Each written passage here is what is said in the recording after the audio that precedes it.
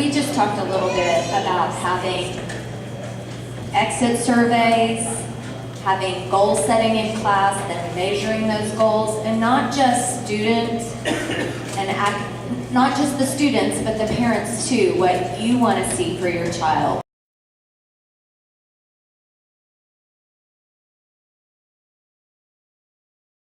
And is your child accomplishing that? And beyond just academics, but also social skills, verbal skills. Are they speaking up in class? Are they learning all types of things that they need to know how to do when they get out in the workforce, beyond just the academics?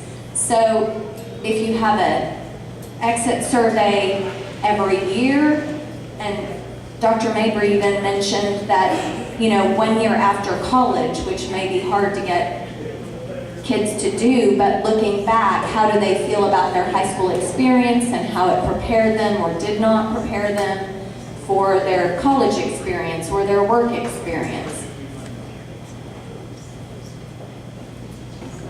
Great. So actually giving surveys to find out and setting goals, and I heard her talking about one of her teachers does that. So in their student conference, they actually sit down and talk about those goals and have a collaborative conversation about what they want their students to accomplish or children to accomplish. Okay, another one that just said, please with me, please. I really didn't. Well, we started talking about, when we talked about systems change, this might kind of carry over to our central officer leadership role. You know, we're getting budgets from the state, and we get what we get, and we have to make do.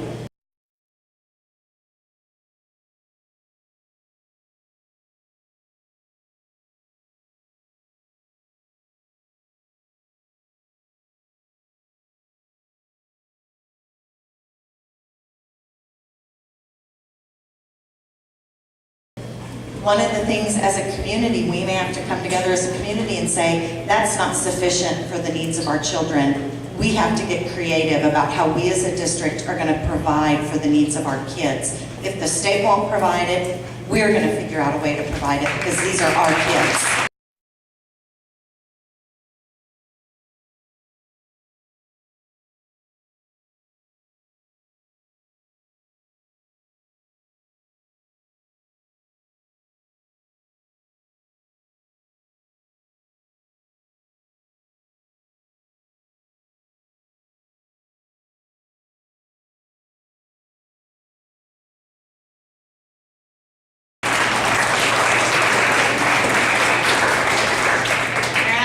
So they talked about the business and communities and tapping into those to get some more help. So, and then we had one on another systems change. What grade? I am in 10th grade. I'm a sophomore here in high school. And mine was about student accountability because I don't think that's something that's really taught to us. Like in a group project at school, or in like science class, like everybody usually has their own part, but it's kind of known to everybody there's that one person in the group that doesn't usually do their work, but they still get a grade for it. But if you are accountable for your actions, you'd be like, hey, I didn't do this, so give me like an acceptable grade for it. And like tying into what she said earlier, if you aren't prepared for college, if you aren't able to be accountable for your actions either, because then you don't understand the consequences of like, oh, I'm not going to study tonight, you know, and then you get a bad grade. In college, they're a lot more strict about it than they are in high school.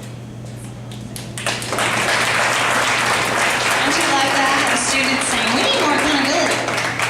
That's great. All right, so one of our last things that I want you to talk about then is how would, if you could, with a magic marker, just design what facilities would look like to make sure that we have these environments that you're talking about. So what would your facilities look like to support this learning in the 21st century? 2 minutes with your group.